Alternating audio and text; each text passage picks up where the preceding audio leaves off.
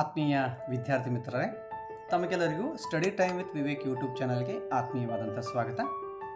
ಮತ್ತು ವಿದ್ಯಾರ್ಥಿಗಳೇ, ಇವತ್ತಿನ ನಮ್ಮ ಈ ವಿಡಿಯೋದಲ್ಲಿ ನಾವು 9ನೇ ತರಗತಿಯ ವಿಜ್ಞಾನ ವಿಷಯದ ಸಂಕಲನಾತ್ಮಕ ಮೌಲ್ಯಮಾಪನ ಪರೀಕ್ಷೆ 2ರ ಒಂದು ಮಾದರಿ ಉತ್ತರ ಪತ್ರಿಕೆ ಅದನ್ನು ನೋಡೋಣ. ಮೊದಲನೇ ವಿಭಾಗ ಭೌತ ವಿಜ್ಞಾನ ವಿಭಾಗ, ಬಹು ಆಯ್ಕೆಯ ಪ್ರಶ್ನೆಗಳು. ಮೊದಲನೇ ಪ್ರಶ್ನೆ, ಒತ್ತಡದ ಅಂತಾರಾಷ್ಟ್ರೀಯ ಏಕಮಾನ ಅನ್ನುವಂಥದ್ದಿದೆ. ಆಯ್ಕೆಗಳು ಪ್ಯಾಸ್ಕಲ್, ಕಿಲೋಮೀಟರ್, ನ್ಯೂಟನ್, ಆಂಪಿಯರ್. ಇಲ್ಲಿ ಸರಿಯಾದ ಆಯ್ಕೆ ಪ್ಯಾಸ್ಕಲ್. ಶ್ರವಣ ಶಬ್ದದ ವ್ಯಾಪ್ತಿ 20 ಹರ್ಟ್ಸ್ಗಿಂತ ಕಡಿಮೆ, 20 ಹರ್ಟ್ಸ್ಗಿಂತ ಹೆಚ್ಚಿಗೆ, 20 ಹರ್ಟ್ಸ್ನಿಂದ 20,000 ಹರ್ಟ್ಸ್ವರೆಗೆ, 20 ಕಿಲೋ ಹರ್ಟ್ಸ್ನಿಂದ 20,000 ಹರ್ಟ್ಸ್ನವರೆಗೆ. ಇಲ್ಲಿ ಸರಿಯಾದ ಆಯ್ಕೆ 20 ಹರ್ಟ್ಸ್ನಿಂದ 20,000 ಹರ್ಟ್ಸ್ವರೆಗೆ.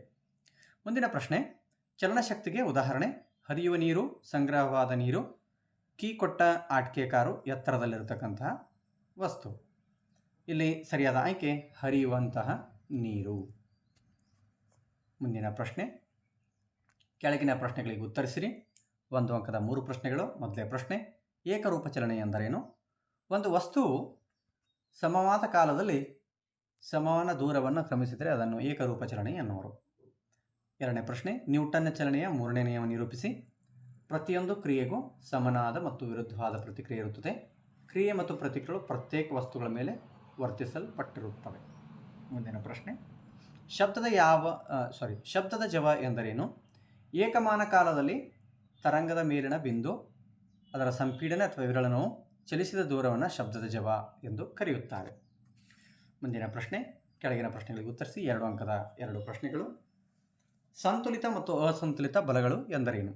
ಒಂದು ವಸ್ತುವಿನ 2 ಅಭಿಮುಖಗಳ ಮೇಲೆ ಸಮಬಲಗಳನ್ನು ಪ್ರಯೋಗಿಸಿದಾಗ ವಸ್ತುವು ನಿಶ್ಚಲ ಸ್ಥಿತಿಯಲ್ಲಿಯೇ ಮುಂದುವರಿಯುತ್ತದೆ. ಈ ರೀತಿಯ ಬಲಗಳನ್ನು ಸಂತುಲಿತ ಬಲಗಳು ಎನ್ನುವರು.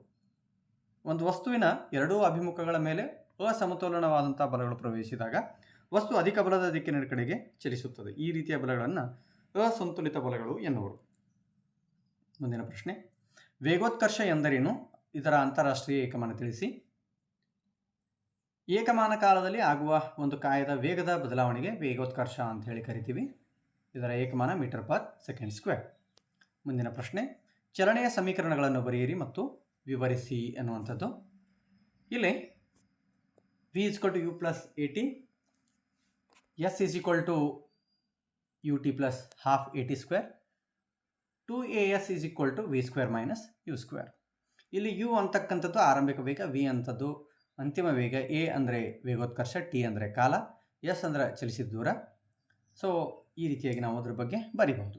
ಮುಂದಿನ ಪ್ರಶ್ನೆ, ಶ್ರವಣಾತೀತ ಶಬ್ದದ ಅನ್ವಯಗಳನ್ನು ಪಟ್ಟಿ ಮಾಡಿ ಅನ್ನುವಂಥದ್ದು. ಲೋಹಗಳ ಬಿರುಕು ಮತ್ತು ನ್ಯೂನತೆಗಳನ್ನು ಪತ್ತೆ ಹಚ್ಚಲು ಬಳಸುವರು. ಬೃಹತ್ ನಿರ್ಮಾಣದ ರಚನೆಗಳಾದ ಕಟ್ಟಡಗಳು, ಯಂತ್ರಗಳು ಮತ್ತು ವೈಜ್ಞಾನಿಕ ಉಪಕರಣಗಳಲ್ಲಿ ಉಪಯೋಗಿಸುವರು. ಶ್ರವಣಾತೀತ ಶಬ್ದವನ್ನು ಸಾಮಾನ್ಯವಾಗಿ ಸ್ವಚ್ಛಗೊಳಿಸುವ ತಕ್ಕಂತಹ ರೀತಿಯಲ್ಲಿ ನಾವು ಬಳಸ್ತೇವೆ. ಉಲ್ಲೇಖನ ತಂತ್ರಗಳಲ್ಲಿ ಬಳಸುತ್ತೇವೆ. ಮಾನವನ ದೇಹದ ಒಳ ಅಂಗಗಳ ಅಧ್ಯಯನಕ್ಕೆ ಬಳಸುವರು. ಕಿಡ್ನಿಯ ಕಲ್ಲುಗಳನ್ನು ತೆಗೆಯಲು ಅಥವಾ ಪುಡಿ ಮಾಡಲು ಬಳಸುವರು. ಮುಂದಿನ ಪ್ರಶ್ನೆ, ವಿಶ್ವವ್ಯಾಪಿ ಗುರುತ್ವ ನಿಯಮವನ್ನು ನಿರೂಪಿಸಿ. ವಿಶ್ವವ್ಯಾಪಿ ಗುರುತ್ವ ನಿಯಮದ ಪ್ರಾಮುಖ್ಯತೆಯನ್ನು ತಿಳಿಸಿ ಅನ್ನುವಂಥದ್ದು. ಉತ್ತರವನ್ನು ನೋಡೋಣ. 2 ವಸ್ತುಗಳ ನಡುವಿನ ಆಕರ್ಷಣ ಬಲವು ಅವುಗಳ ರಾಶಿಗಳ ಗುಣಲಬ್ಧಕ್ಕೆ ನೇರ ಅನುಪಾತದಲ್ಲಿ ಹಾಗೂ ಅವುಗಳ ನಡುವಿನ ಅಂತರದ ವರ್ಗಕ್ಕೆ ವಿಲೋಮ ಅನುಪಾತದಲ್ಲಿರುತ್ತದೆ. ಈ ಬಲವು 2 ವಸ್ತುಗಳ ಕೇಂದ್ರಗಳನ್ನು ಸೇರಿಸುವ ರೇಖೆಯ ನೇರದಲ್ಲಿರುತ್ತದೆ. ನಮ್ಮನ್ನು ಭೂಮಿಗೆ ಬಂಧಿಸಿರುವ ಬಲ, ಭೂಮಿಯ ಸುತ್ತ ಚಂದ್ರನ ಚಲನೆ, ಸೂರ್ಯನ ಸುತ್ತ ಗ್ರಹಗಳ ಚಲನೆ, ಸೂರ್ಯ ಮತ್ತು ಚಂದ್ರರಿಂದ ಉಂಟಾಗುವ ಉಬ್ಬರ ಇಳಿತಗಳು. ಮುಂದಿನ ಪ್ರಶ್ನೆ, ಕೆಳಗಿನ ಪ್ರಶ್ನೆಗಳಿಗೆ ಉತ್ತರಿಸಿರಿ. ಚಲನೆಯ 2ನೇ ನಿಯಮ ನಿರೂಪಿಸಿ. ಇನ್ನೊಂದು ಪ್ರಶ್ನೆ, ಚಲನೆಯ 2ನೇ ನಿಯಮದ ಗಣಿತೀಯ ಸೂತ್ರೀಕರಣವನ್ನು ವಿವರಿಸಿ ಅನ್ನುವಂಥದ್ದು. ಸಂವೇಗದ ಬದಲಾವಣೆಯ ದರವು ಕಾಯದ ಮೇಲೆ ಪ್ರಯೋಗವಾದ ಅಸಂತುಲಿತ ಬಲಕ್ಕೆ ಅನುಪಾತದಲ್ಲಿಯೂ ಮತ್ತು ಪ್ರಯೋಗವಾದ ಬಲಕ್ಕೆ ನೇರ ಅನುಪಾತದಲ್ಲಿಯೂ ಇರುತ್ತದೆ. m ದ್ರವ್ಯರಾಶಿಯ ವಸ್ತುವೊಂದು u ಆರಂಭಿಕ ವೇಗದೊಂದಿಗೆ ಸರಳ ರೇಖೆಯಲ್ಲಿ ಚಲಿಸುತ್ತಿದೆ. ಇದು ಏಕರೂಪ ಚಲನೆಯಲ್ಲಿರುತ್ತದೆ ಎಂದು ಭಾವಿಸಿ ಒಂದು ಸ್ಥಿರ ಬಲ f ನ ಬಳಕೆಯಿಂದಾಗಿ t ಅವಧಿಯಲ್ಲಿ ಇದು v ವೇಗವನ್ನು ಪಡೆದಿದೆ. ಆ ವಸ್ತುವಿನ ಆರಂಭಿಕ ಮತ್ತು ಅಂತಿಮ ಸಂವೇಗಗಳು ಕ್ರಮವಾಗಿ p1 = m × u ಮತ್ತು p2 = m × v. ಸಂವೇಗದ ಬದಲಾವಣೆ ದರ p2 - p1, ಅನುಪಾತ mv - mu. Next M into bracket V minus U, ಸಂವೇಗದಲ್ಲಾದ ಬದಲಾವಣೆಯ ದರ ಅನುಪಾತ M into bracket V minus U by T. F is equal to ಅಥವಾ ಪ್ರಯೋಗಿಸಲ್ಪಟ್ಟ ಬಲ F is equal to F ನೇರ ಅನುಪಾತ M into bracket V minus U by T. F is equal to K into M into bracket V minus U by T. F is equal to K into M A.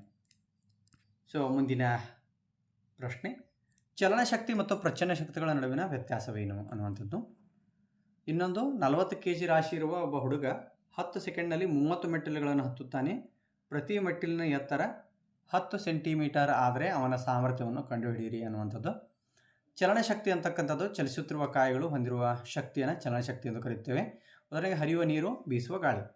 ಇನ್ನು ಪ್ರಚನ್ನ ಶಕ್ತಿ ತನ್ನ ಸ್ಥಾನದಿಂದ ಅಥವಾ ವಿನ್ಯಾಸದಿಂದ ಪಡೆದುಕೊಳ್ಳುವ ಶಕ್ತಿಗೆ ಪ್ರಚನ್ನ ಶಕ್ತಿ ಅಂತ ಕರಿತೀವಿ. ಉದಾಹರಣೆ ಜಲಾಶಯದಲ್ಲಿನ ಸಂಗ್ರಹವಾದ ನೀರು, ಎತ್ತರದಲ್ಲಿ ಇರಿಸಿರುವಂತಹ ಕಲ್ಲು. ಇನ್ನು ಹುಡುಗನ ತೂಕ M G is equal to 40 kg into 10 metre per second square is equal to 400 Newton.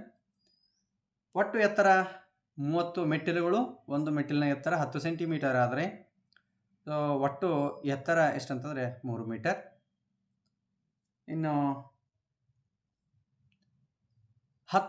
ಹತ್ತಲು ತೆಗೆದುಕೊಂಡ ಕಾಲ 10 ಸೆಕೆಂಡ್. ಸಾಮರ್ಥ್ಯ P is equal to M G H by T. So ಬೆಲೆಗಳನ್ನು ನಮೂದಿಸಿದಾಗ 400 newton into 3 metre divide by 10. So ಒಟ್ಟು ಸಾಮರ್ಥ್ಯವು 120 watt ಆಗಿದೆ. ವಿಭಾಗ ರಸಾಯನ ವಿಜ್ಞಾನ ವಿಭಾಗ. ಬಹು ಆಯ್ಕೆಯ ಪ್ರಶ್ನೆಗಳು. ಮೊದಲೇ ಪ್ರಶ್ನೆ, ದ್ರವ ರೂಪದ ಲೋಹ. ಸೊ ಆಯ್ಕೆಗಳು ಕಬ್ಬಿಣ, ಸೋಡಿಯಂ, ಪಾದರಸ, ಅಲ್ಯೂಮಿನಿಯಂ. ಸರಿಯಾದ ಆಯ್ಕೆ ಪಾದರಸ. ಮುಂದಿನ ಪ್ರಶ್ನೆ, ವಾತಾವರಣದ ಒತ್ತಡದಲ್ಲಿ ದ್ರವವು ನಿರ್ದಿಷ್ಟ ತಾಪದಲ್ಲಿ ಕುದಿಯಲು ಪ್ರಾರಂಭಿಸುತ್ತದೆ. ಇದನ್ನು ಡ್ಯಾಶ್ ಎನ್ನುವರು. ಆಯ್ಕೆಗಳು ಉತ್ಪತನ, ಕುದಿಬಿಂದು, ದ್ರವಣಬಿಂದು, ಗುಪ್ತೋಷ್ಣ. ಸರಿಯಾದ ಆಯ್ಕೆ ಕುದಿಬಿಂದು. ಮುಂದಿನ ಪ್ರಶ್ನೆ, ಕ್ಯಾಲ್ಸಿಯಂ ಹೈಡ್ರಾಕ್ಸೈಡ್ನ ಅನುಸೂತ್ರ. ಆಯ್ಕೆಗಳು CaO, CaOH, CaOH twice, MgOH twice. ಸರಿಯಾದ ಆಯ್ಕೆ CaOH ಟ್ವೈಸ್. ಮುಂದಿನ ಪ್ರಶ್ನೆ, 1 ಅಂಕದ ಪ್ರಶ್ನೆಗಳು. ಕೆಳಗಿನ ಪ್ರಶ್ನೆಗಳಿಗೆ ಉತ್ತರಿಸಿರಿ. ಪರ್ಯಾಪ್ತ ದ್ರಾವಣ ಎಂದರೇನು? ಯಾವುದೇ ನಿರ್ದಿಷ್ಟ ತಾಪಮಾನದಲ್ಲಿ ತಾನು ವಿಲೀನಗೊಳಿಸಿಕೊಳ್ಳಬಹುದಾದಷ್ಟು ದ್ರಾವ್ಯವನ್ನು ವಿಲೀನಗೊಳಿಸಿಕೊಂಡಿರುವ ದ್ರಾವಣಕ್ಕೆ ಪರ್ಯಾಪ್ತ ದ್ರಾವಣ ಎನ್ನುವರು. ಮುಂದಿನ ಪ್ರಶ್ನೆ, ಅಣು ಎಂದರೇನು? 2 ಅಥವಾ ಹೆಚ್ಚು ಪರಮಾಣುಗಳ ಗುಂಪನ್ನು ಅಣು ಎನ್ನುವರು. ವೇಲೆನ್ಸಿ ಎಂದರೇನು? ಪರಮಾಣುವಿನ ಅತ್ಯಂತ ಹೊರಕವಚದಲ್ಲಿರುವ ಇಲೆಕ್ಟ್ರಾನ್ಗಳನ್ನು ರಾಸಾಯನಿಕ ಕ್ರಿಯೆಯಲ್ಲಿ ಭಾಗವಹಿಸತಕ್ಕಂತಹ ಇಲೆಕ್ಟ್ರಾನ್ಗಳನ್ನು ವೇಲೆನ್ಸಿ ಅಂತ ಹೇಳಿ ಕರಿತೀವಿ. ಮುಂದಿನ ಪ್ರಶ್ನೆ, ಕೆಳಗಿನ ಪ್ರಶ್ನೆಗಳಿಗೆ ಉತ್ತರಿಸಿ. 2 ಅಂಕದ ಪ್ರಶ್ನೆಗಳು. ಕೆಳಗಿನವುಗಳ ಅನ್ವಯನ ಬರೆಯಿರಿ. ಕೋಬಾಲ್ಟ್ ಮತ್ತು ಯುರೇನಿಯಂ. ಕೋಬಾಲ್ಟ್ ಅನ್ನತಕ್ಕಂಥದ್ದು ಸಮಸ್ಥಾನಿಯೊಂದನ್ನು ಕ್ಯಾನ್ಸರ್ ಚಿಕಿತ್ಸೆಗೆ ಬಳಸುತ್ತಾರೆ. ಯುರೇನಿಯಂ ಸಮಸ್ಥಾನಿಯನ್ನು ನ್ಯೂಕ್ಲಿಯರ್ ಕ್ರಿಯಾಕಾರಿಗಳಲ್ಲಿ ಇಂಧನವಾಗಿ ಬಳಸುತ್ತಾರೆ. ಮುಂದಿನ ಪ್ರಶ್ನೆ, ಟಿಂಡಾಲ್ ಪರಿಣಾಮ ಎಂದರೇನು? ಕಲ್ಲಿದ್ದದ ಕಣಗಳು ಚಿಕ್ಕದಾಗಿದ್ದು ಬೆಳಕಿನ ಕಿರಣಗಳನ್ನು ಸುಲಭವಾಗಿ ಚದುರಿಸುವುದನ್ನು ಟಿಂಡಾಲ್ ಪರಿಣಾಮ ಎನ್ನುವರು. ಮುಂದಿನ ಪ್ರಶ್ನೆ, ಬೋರ್ ಮತ್ತು ಅವರ ಪರಮಾಣು ಮಾದರಿ ಒಂದು ಪರಮಾಣುವಿನ ಕೆಲವು ಶಕ್ತಿ ಮಟ್ಟಗಳನ್ನು ತೋರಿಸುವ ಚಿತ್ರ ಬರೆಯಿರಿ. ಚಿತ್ರವನ್ನು ಪ್ರಾಕ್ಟೀಸ್ ಮಾಡಬೇಕು. ಮುಂದಿನ ಪ್ರಶ್ನೆ, ಕೆಳಗಿನ ಪ್ರಶ್ನೆಗಳಿಗೆ ಉತ್ತರಿಸಿ. 3 ಅಂಕದ 3 ಪ್ರಶ್ನೆಗಳು. ಮೊದಲ ಪ್ರಶ್ನೆ, ರುದರ್ಫೋರ್ಡ್ ರವರ ಪರಮಾಣು ಮಾದರಿ ವಿವರಿಸಿ. ತೆಳುವಾದ ಚಿನ್ನದ ಹಾಳೆಯ ಮೇಲೆ ವೇಗವಾಗಿ ಚಲಿಸುವ ಆಲ್ಫಾ ಕಣಗಳು ಬೀಳುವಂತೆ ಮಾಡಲಾಯಿತು. ಎಷ್ಟು ಸಾಧ್ಯವಾದಷ್ಟು ತೆಳುವಾದ ಪದರಗಳ ಅಗತ್ಯವಿದ್ದುದರಿಂದ ಚಿನ್ನದ ಹಾಳೆಯನ್ನು ಆಯ್ಕೆ ಮಾಡಿದರು. ಆಲ್ಫಾ ಕಣಗಳು ದುಪ್ಪಟ್ಟು ಆವೇಶಗಳನ್ನು ಹೊಂದಿರುವ ಹೀಲಿಯಂ ಚಿನ್ನದ ಪರಮಾಣುವಿನಲ್ಲಿರುವ ಉಪಪರಮಾಣುಯ ಕಣಗಳಿಂದ ಆಲ್ಫಾ ಕಣಗಳ ವಿಚಲನೆಯನ್ನು ನಿರೀಕ್ಷಿಸಲಾಗಿತ್ತು. ಪ್ರೋಟಾನ್ಗಳಿಂದ ಆಲ್ಫಾ ಕಣಗಳು ಹೆಚ್ಚು ಭಾರವಿರುವುದರಿಂದ ದೊಡ್ಡ ವಿಚಲನೆ ನೋಡುವ ನಿರೀಕ್ಷೆ ಹೊಂದಿರಲಿಲ್ಲ. ಮುಂದಿನ ಪ್ರಶ್ನೆ, ಈ ಕೆಳಗಿನ ಚಿತ್ರದಲ್ಲಿರುವ 1, 2, 3, 4, 5 ಮತ್ತು 6ರ ಸ್ಥಾನದಲ್ಲಿ ನಡೆಯುವ ಕ್ರಿಯೆಯ ಹೆಸರನ್ನು ಬರೆಯಿರಿ ಅನ್ನುವಂಥದ್ದು. ಸೊ ಇಲ್ಲಿ ತಾವು ಗಮನಿಸ್ತಾ ಇದ್ದೀರಿ, ಘನ ಇದ್ದದ್ದು ದ್ರವ ಆಯಿತು ಅಂತಂದರೆ ಅದು ದ್ರವಣ ಅಂತಾರ. ದ್ರವ ಇದ್ದದ್ದು ಅದು ಅನಿಲ ಆಯಿತು ಅಂತಂದರೆ ಅಮೀಕರಣ ಅಂತಾರ. ಅನಿಲ ಇದ್ದದ್ದು ಘನ ಆಯಿತು ಅಂದರೆ ಉತ್ಪತನ ಅಂತಾರ. ದ್ರವ ಇದ್ದದ್ದು ಘನ ಆಯಿತು ಅಂದರೆ ಘನೀಕರಣ ಅಂತಾರ. ಘನ ಇದ್ದದ್ದು ಅನಿಲ ಆಯಿತು ಅಂದ್ರೆ ಉತ್ಪತನ ಅಂತಾರ. ಅನಿಲ ಇದ್ದದ್ದು ದ್ರವ ಆಯಿತು ಅಂದ್ರೆ ಸಾಂದ್ರೀಕರಣ ಅಂತಾರ. ಮುಂದಿನ ಪ್ರಶ್ನೆ, ಲೋಹಗಳು ಮತ್ತು ಅಲೋಹಗಳ ಗುಣಗಳನ್ನು ಪಟ್ಟಿ ಮಾಡಿರಿ.